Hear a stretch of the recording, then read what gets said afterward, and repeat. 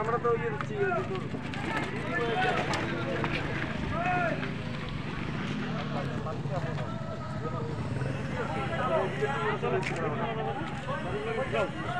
তোর কথা করলো তুই আসবি না মনে আসবি তুই আজ খেলার মাঠো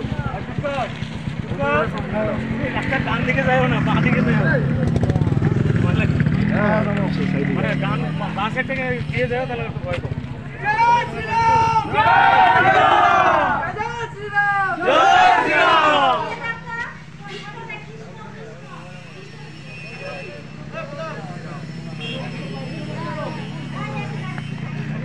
অসীমদা হ্যালো ওই প্রতাপ রে